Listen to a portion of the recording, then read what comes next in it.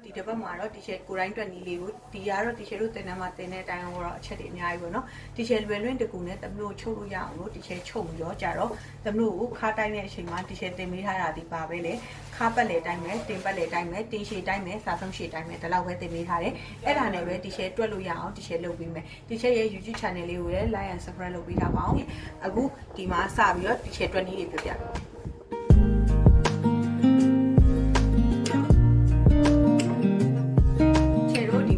တီရှယ်အခုပြောပြပေးထားတဲ့ဟာတွေဒီအပေါင်းလက္ခဏာလေးနဲ့ရေးမယ်ဒါကတော့တီရှယ်အခုအတိုင်းတစ်ခုပေါ့နော်အတိုင်းတစ်ခုတော့မယ်ထုတ်ပြထားတာအဲ့ဒါနဲ့တီရှယ်တွက်ပြမှာသမီးတို့ရဲ့ဒီအပေါင်းလက္ခဏာလေးဆွဲလိုက်တဲ့ဒီနေရာမှာဒီပါရေးမယ်ခါရေးမယ်အပေါင်းလက္ခဏာရဲ့အောက်မှာဒီပါရေးမယ်တင်ရေးမယ်သူ့ရဲ့ဘေးပတ်လေးမှာဒီပါရေးမယ်တင်ရှည်ရေးမယ်သူ့ရဲ့အောက်ဆုံးမှာဒီစာဆုံးရှည်ရေးမယ်ဟုတ်ပြီနော်ဒီကဘယ်ညာဆိုတာကအဲ့ပုံမှာဘယ်ပုံညာပုံသို့တော့မဟုတ်သူကမီနီစကက်ချုပ်မလားဘာစကက်ချုပ်မလဲသူချုပ်ချင်တဲ့အပိုင်းလေးတွေကိုရေးမယ်တီရှယ်တို့ဒီလိုရေးလိုက်ခြင်းအပြင်တီရှယ်တင်တန်းသူတွေဆိုရင်သိတယ်တီရှယ်ဒါဒီခါကိုတိုင်းပြီးတော့ရေးထားတာဒါဒီတင်ကိုတိုင်းပြီးတော့ရေးထားတာဒါဒီတင်ရှည်ကိုတိုင်းပြီးရေးထားတာဒါဒီစာဆုံးရှည်ကိုတိုင်းပြီးရေးထားတာဆိုတာတီရှယ်တပည့်တွေကပေါ့သဘောပေါက်တယ်ပေါ့နော်ရှင်းလေးစိမ့်ရေးမယ်သဘောပေါက်တယ်ဒါတို့ဒီဘယ်ပုံဒါ3လွှာချုပ်မယ်ဆိုရင်တော့ဘေးနားမှာ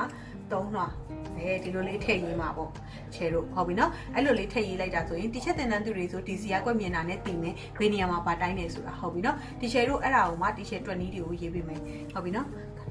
်တွက်နီးတွေစပြောမယ်တွက်နီးတွေမှာဆိုရင်တီရှယ်တို့ခါကိုတွက်မယ်ဆိုရင်နဲ့ခါကိုဘာနဲ့စားမလဲဆိုတော့ခါကို4နဲ့စားမယ် plus 2လက်မှာစားပြီးသွားလို့ရှင်ပေါင်းမှာပြီးသွားလို့ရှိရင်တင်ကိုလည်းဘာနဲ့စားမလဲဆိုတော့တင်အစားတင်ပတ်လေကိုစားမယ်4နဲ့ပြီးရင်အပေါင်း1အပေါင်းပေးရမယ်ပြီးလို့ရှိရင်တင်ရှည်ကိုတင်ရှည်ကကြတော့ဘယ်နှစိတ်ပေါင်းလဲဆိုတော့တင်ရှည်ကိုတင်ရှည်အပေါင်း4စိတ်တသမနဲ့ရေးမယ်ဟုတ်ပြီနော်တသမ4လို့ရေးတယ်တင်ရှည်ပြီးသွားရင်စာဆုံးရှည်များခြင်းစာဆုံးရှည်အပေါင်း2လက်မှာဒီရှယ်တို့ဒီဇာတ်ကွက်မှာတွက်မယ်ဒါဒီတမီးတို့တည်တဲ့ဆိုရဲခုနကတော့ဇာတ်ကွက်ဒါဒီတွက်နီးမှာဆိုရင်ခါကိုဘာနဲ့စားမယ်4နဲ့စားမယ်ရတဲ့အဖြစ်ကိုဘယ်လောက်ပေါင်းမလဲ2ပေါင်းမယ်တင်ပတ်လေကိုလည်းဘာနဲ့စားမလဲ4နဲ့စားမယ်ရတဲ့အဖြစ်ကို1ပေါင်းမယ်တင်ရှည်ကကြတော့တင်ရှည်တိုင်းကိုပဲဘယ်နှစိတ်ပေါင်းရုံပဲလဲ4စိတ်ပေါင်းရုံပဲစာဆုံးရှည်ကိုကြတော့ဘာလို့ကိုရုံမယ်လဲ2လက်မှာပေါင်းရုံပဲချယ်တို့အခုစပြီးတော့တွက်မယ်ဒီရှယ်ကတွက်နီးတွေကိုရပြီဖြစ်တဲ့အတွက်နောက်တစ်ဖက်ကိုလှန်လိုက်လို့ရှိရင်တမီးတို့ကတော့ဒီဟာလေးကိုတော့ screenshot ရိုက်တာတို့ဘာလို့ဖြစ်လုပ်ပြီးတော့ယူထားပါတော့အဲ့ဒါပြီးသွားတော့မှတမီးတို့ကပို့အဆင်ပြေမယ်နော်ဒီမှာတီရှယ်တို့ဒီမှာဆိုရင်ပုံသေးတက်ရက်နဲ့ဒီဘက်မှာတိုင်းတဲ့ဟာဒီဘက်မှာတွက်လို့ရတဲ့အဖြေနှစ်ခုကိုရှင်းရေးတယ်ခုနကတော့တီရှယ်ဟိုဘက်မှာ28လို့ရေးထားတယ်ဒီဘက်မှာဘယ်လို့ရေးထားတယ်ဆိုတာဘယ်ပုံပြီးတော့ဒီနေရာမှာ39လို့ရေးထားတယ်ဒီနေရာမှာခုနကတော့8ခွဲလို့ရေးထားတယ်တီရှယ်ဒီနေရာမှာ38လို့ရေးထားတယ်အဲ့ဒါတွေကိုတီရှယ်အခုစတွက်ပြတော့မယ်အခုဦးဆုံးဘာကိုစတွက်မလားဆိုတော့ခါကိုစတွက်မယ်နော်ခါရဲ့ဟာကိုစတွက်မယ်ဒီမှာခါဘယ်လောက်လဲ28အဲ့ဒါကို4နဲ့စားမှာ4 9 4ဘယ်လောက်လဲ28ပြတ်သွားပြီဆိုကိစ္စမရှိဘူးရတဲ့အဖြစ်9ကိုခါဘယ်နှလက်မှပေါင်းလဲဆိုတာ2လက်မှပေါင်းအဲ့တော့ဘယ်လောက်ရေးမလဲဒီနေရာမှာအဖြစ်က6လက်မှဟုတ်ပြီနော်ပြီးသွားပြီဆိုရင်ခါပြီးသွားရင်တင်ကိုရေးမယ်ဆိုရင်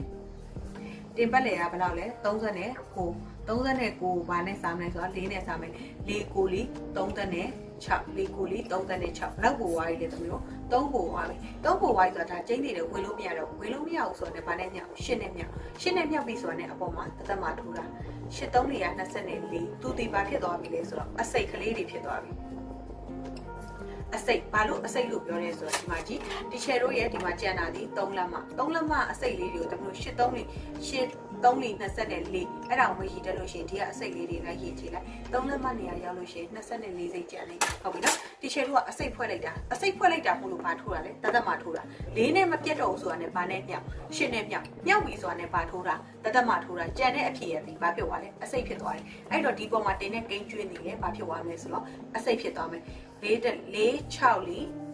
24ပြတ်သွားပြီတွေ့လားအဲ့တော့တမတို့ကနားမလည်ရင်ဗီဒီယိုဖိုင်လေးကိုထပ်ခါကြည့်တွက်နီးသည့်အဓိကပဲတွက်နီးတွက်တက်လို့ရှိရင်တမတို့ customer လက်ခံလို့ရပြီကိုတိုင်းနီးဒါမှမဟုတ်ကိုသူမျာ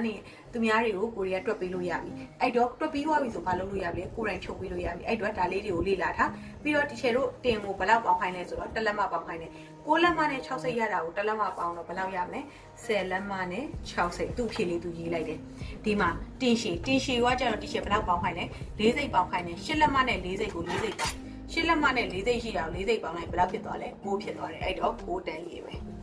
ဟုတ်ပြီနော်ပြီးတော့38နဲ့8ဟိုဘက်မှာတမီးတို့ဒီရှေ့မှာရေးထားတဲ့ဟာလေး screenshot ရိုက်ထားလို့ရှိရင်ပိုသိလိမ့်မယ်38ကိုဘယ်နှလက်မပေါင်း2လက်မပေါင်းတော့ဘယ်လောက်လဲ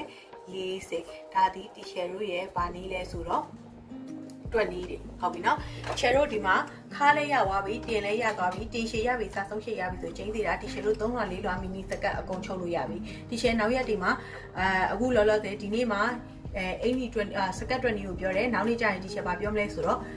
အင်ကြီး20တွေကိုပြောပြပေးမယ်အဲ့တော့တီရှယ်ရဲ့ channel လေးကို like and subscribe လုပ်တာပေးပြီးသွားလို့ရှိရင်တီရှယ်ကို comment တွေမှာမေးပေးလို့ရတယ်မဟုတ်လို့ရှိရင်တီရှယ်ရဲ့ခိုင်ဆက်ချုပ်တဲ့ page လေးကိုလည်း follow လုပ်ထားပေး like လုပ်ထားပေးအဲ့ဒီ messenger မှာတီရှယ်ကိုစာရေးပြပေးလို့ရတယ်တီရှယ်နောက်ပိုင်းများလာပြီဆိုရင်တီရှယ် page လေးတစ်ခုတော့မဟုတ်စာထပ်ဖို့အတွက်ပေါ့နော်ဟိုတစ်ခု page လေးတစ်ခုထောင်ပေးမယ်အဲ့မှာ glue လေးချပြီးတော့တီရှယ်စာလေးစစ်ပေးမယ်အားတဲ့အချိန်လေးဒီမှာပေါ့နော်တီရှယ်ပညာဒါနလေးလုပ်ပေးခြင်းတဲ့အတွက်ချဲစစ်ပေးပါမယ်အဲ့တော့တီရှယ်ရဲ့ channel လေးကိုလည်း like and subscribe လေးလုပ်ပြီးဖို့မမေ့ပါနဲ့နော်